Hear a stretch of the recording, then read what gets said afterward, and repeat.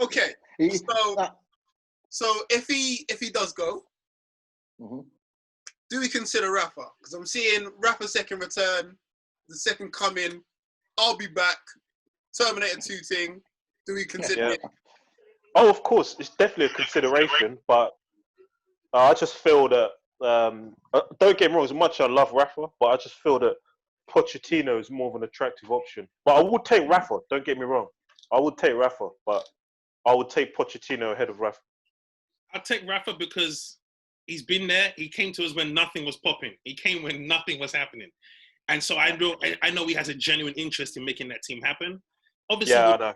Poch, because obviously but my thing with Poch is I just want the guy to come to the club and know you ain't coming here on some celebrity thing, innit? Like To be fair.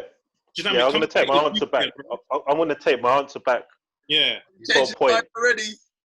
No, in a way, Rafa loves the club, and the point he made was a very valid point. You don't want... No, but at the same time, why would he have that attitude when he knows that, look, these guys can afford to pay someone else a decent salary? Like, Pochettino knows he won't be indispensable because it's not as if, like, they can't afford to pay no one else. Yeah. So, yeah, I do want Rafa back. I do want Rafa back because I know he loves the club, cares about the club, and is... Poch, would he be using us as a stepping stone for, like, say, Real Madrid, for Real Madrid? Or so I've officially changed my answer. I do want Rafa. You know the funny thing? The whole time at Spurs, you always hung that cloud over their head. If Man United come calling, I don't want no one like that. Do you know what I mean? This is a project. This is not for Madrid to come and call your Barcelona. It's Newcastle. If you're not on that, go and manage Barcelona now, innit? This ain't your CV moment. Nah, bro. This is it. I've said from the absolute beginning. I've had discussions with lots of people about it. For me, this is a project, a little bit like PSG, a little bit like Man City. This is a project, and for me, the only person, the best fitted person to come into this project is Rafa Benitez, and the reason being, it will work in phases. Phase one. We talked about phase one, Rafa Benitez, phase one. He knows the club.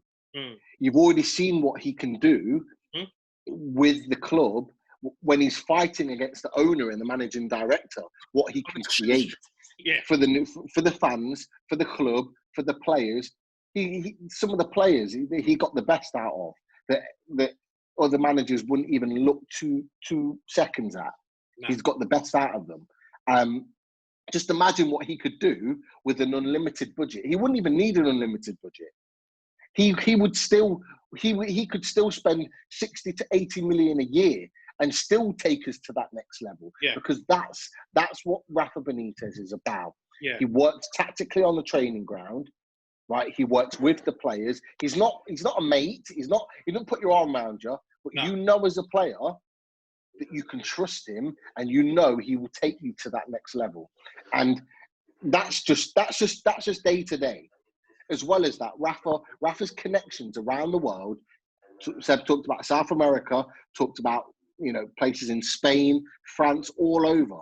He's got connections to young up and coming players, to experienced players. He's got the pull. People trust him.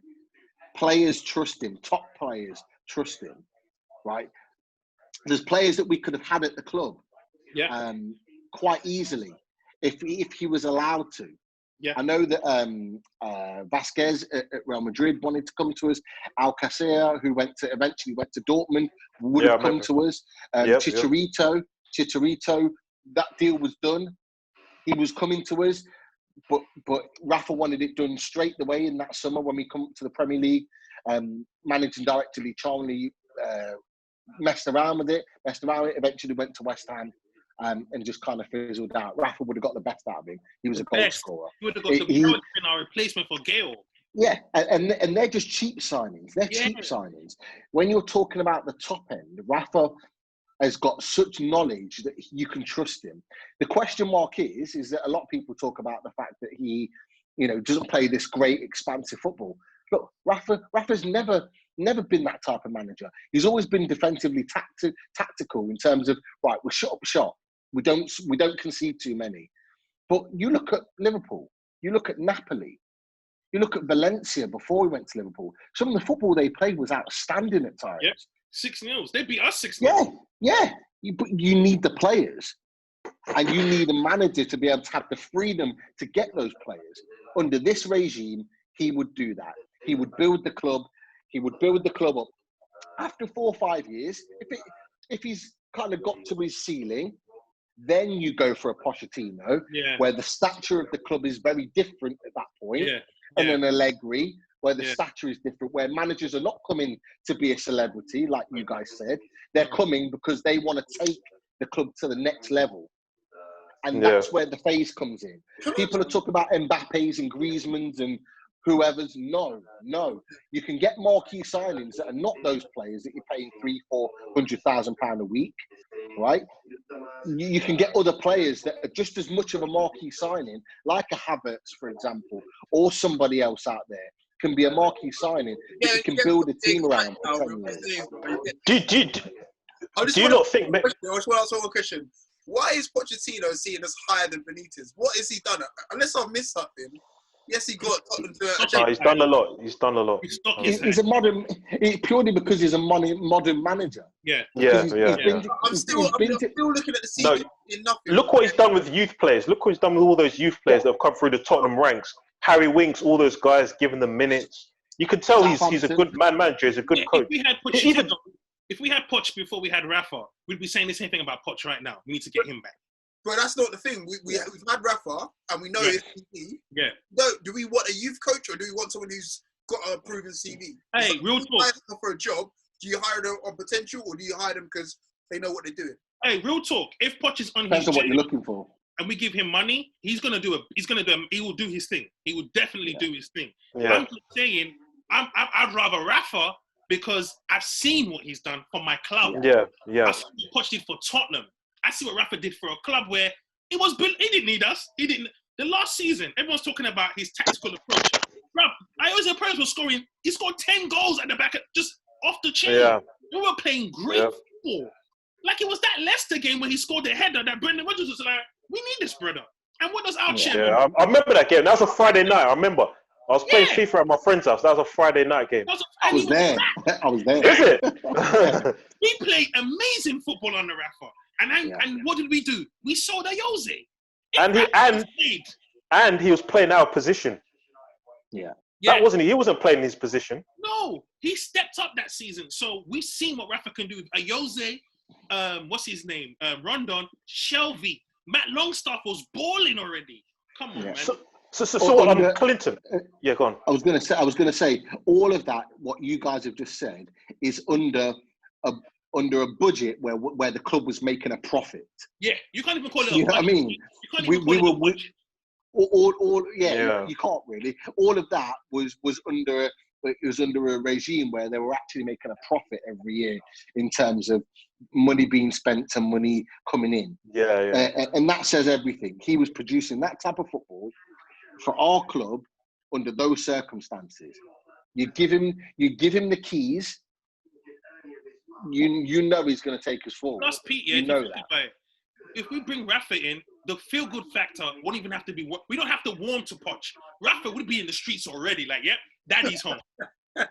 Definitely. We don't have to fall in love with Rafa. We're already in love with him. Poch, we don't have to fall in love with him. He'll have to say the right things for us. Because he might come on the tip of, I wouldn't have come to you. And he might say the wrong thing. Rafa will know exactly. Yeah, true. And the fans will see through him if he does that. One thing I say, like, puts Rafa above Poch and all these other names is the fact that, like you said, he's done it at us where we was a poor side. Like, I still question, like, even to this day, your Pep Guardiolas and Klopps, could they do it at a poor side? Like, a lot of these big managers have done it at big clubs. Could they do it at a Newcastle? And I've not seen it so far. You'd see Pep's hand in the Newcastle. You'd see what his potential could be if he had the money. You would see it. But of course, they won't be able to get the money. Has anyone seen? There was an article on the Sky Sports app last week that said they was talking about if Jose came to Newcastle. Was Jose really that close to signing for us before Chelsea? No, it's his link with Bobby Robson because he was his assistant manager at Barcelona. Taking on the legacy. Yeah.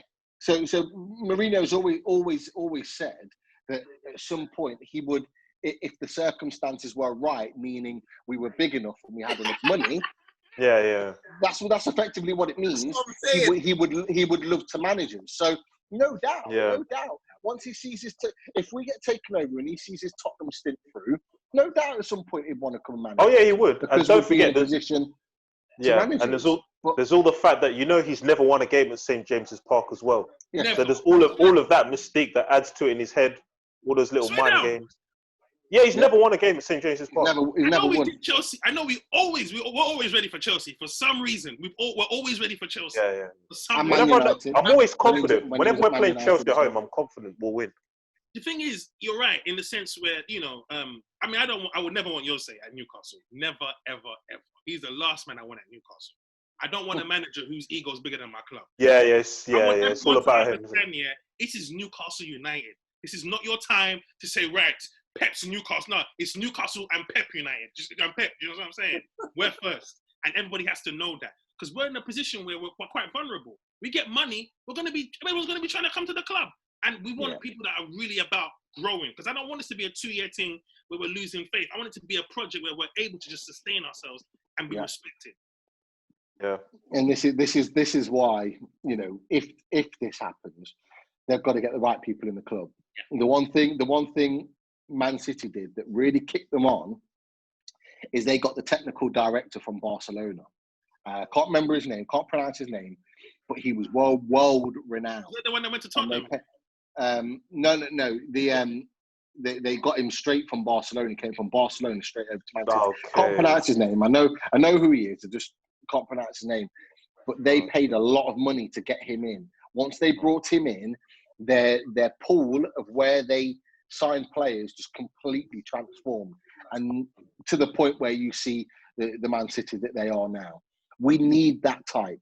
We can't just come in all guns blazing and think Amanda Staveley and the Reuben brothers and whoever know their way around football. They don't. They need guys that are going to come in, that are going to direct us. So we're not going to be an Everton that spend £250 million in a couple of years and just throw it down the drain.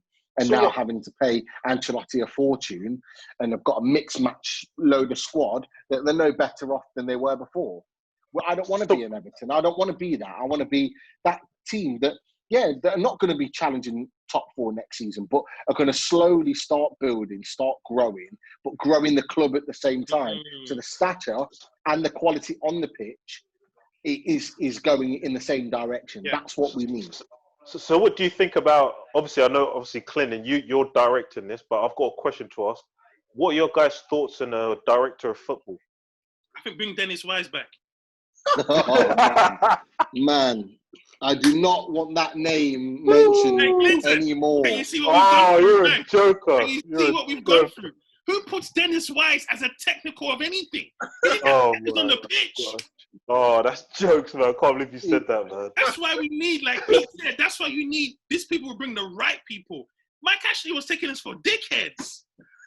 Dennis Wise, What's he done in his post-football career to even... I have no idea. I was shocked when I saw that. I thought we were going to go... You know what Dennis Wise has done? He's been a director of football at Newcastle United. That's all he's done. Since he stopped playing football. That is it. No, he had a stint at Leeds, didn't he? He had a stint at Leeds. That's about it. Exactly. I stayed to my point. All he did was be a director of football at Newcastle United. Because nobody remembers what he did at Leeds. Nobody cares. You know when you're a rapper and you drop an album and you let your homeboy spit on the track as well? Yeah. That's exactly what Mike Ashley was doing, just bringing the man them through. Yeah.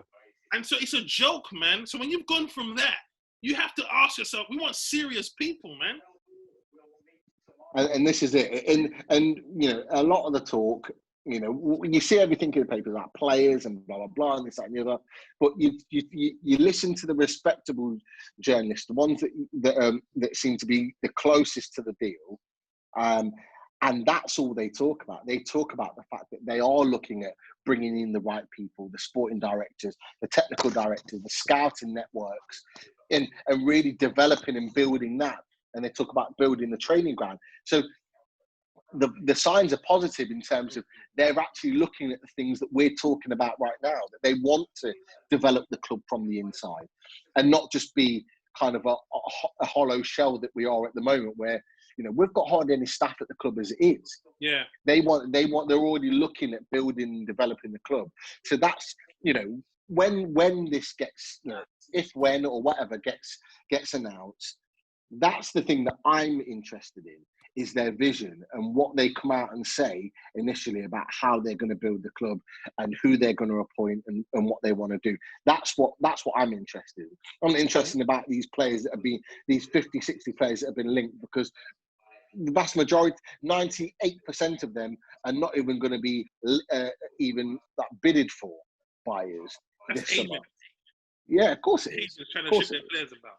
But at the same time, do you lot think that the uncertainty with this current pandemic may have like an impact on just the whole thing going through? Oh no, it's gonna go through because of this. Oh, because actually wants to sell. Yeah, I know that. The Premier League are gonna need that investment. They're losing. Yeah. Yeah.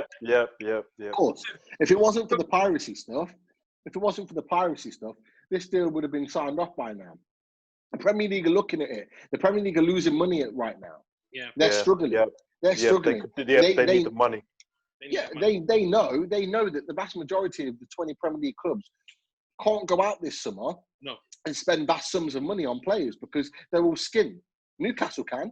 Yeah. We're actually in the strongest position, one of the strongest positions of anyone in the Premier League, where we can go out and spend money. But us spending money, what does that mean? It means the people that get that money can also then go and spend money. Yeah. So it works out. It's great for everyone. And if we're all spending money, that's great for the profile of the Premier League. Yeah, because that's what the Premier League want.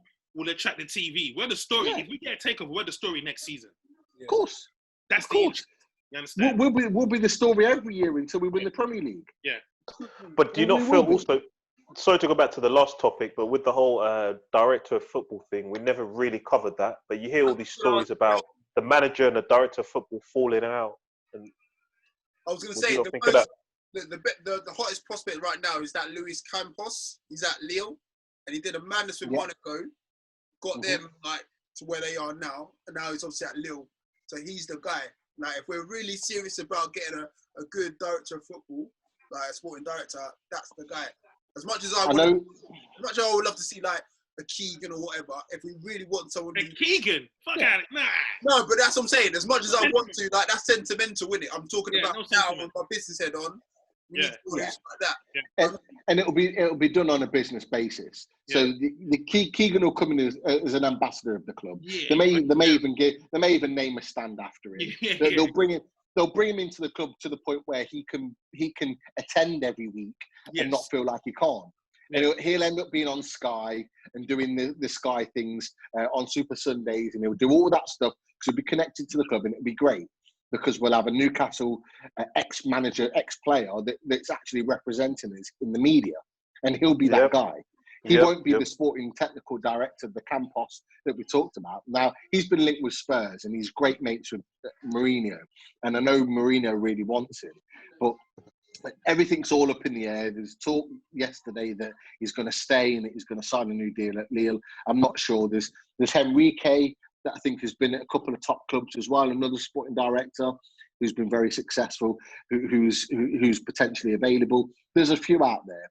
And there's one that's already been at the club back in 2009 that then went on to Juventus and one or two other clubs that's been linked with us. There are people out there, and I'm convinced that these guys will get the right person, whoever it is. And it will be in an agreement to whoever, you know, is becoming the next manager, that they are happy to work with this guy. And I'm convinced that'll be sorted. So many clubs nowadays do it and it works fine. There's only ever the small percentage of certain managers that don't like working under that umbrella. Vast majority of managers nowadays do. So I'm not worried about that at all. But it's definitely needed if we're going to be doing things properly.